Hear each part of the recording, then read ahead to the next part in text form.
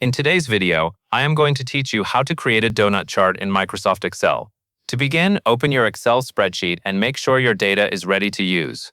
For a donut chart to work properly, you will want a simple table that includes text labels for your categories and the numbers that belong to each one. Once your spreadsheet is open, go to the top left cell of the data you want to include. Click and hold your mouse button on that top left cell.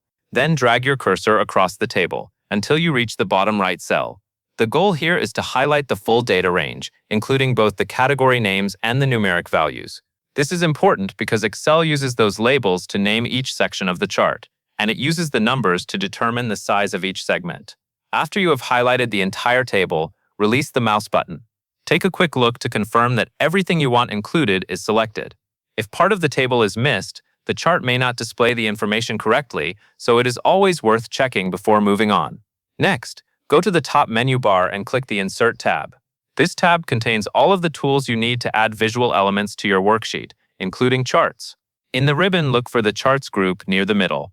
This section includes several chart types, so you may need to scan the icons for the correct one. Find the Insert Pie or Donut chart icon. It usually appears as a small circular chart graphic. Click that icon to open the chart drop-down menu.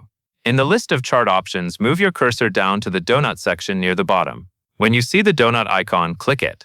Excel will immediately insert a donut chart based on the data you selected. This gives you a quick visual summary of how each category compares as part of the whole. If needed, you can later adjust the chart size, move it to a different spot on the sheet, or customize its design, but the main chart is created as soon as you click that option. That covers everything you need to know.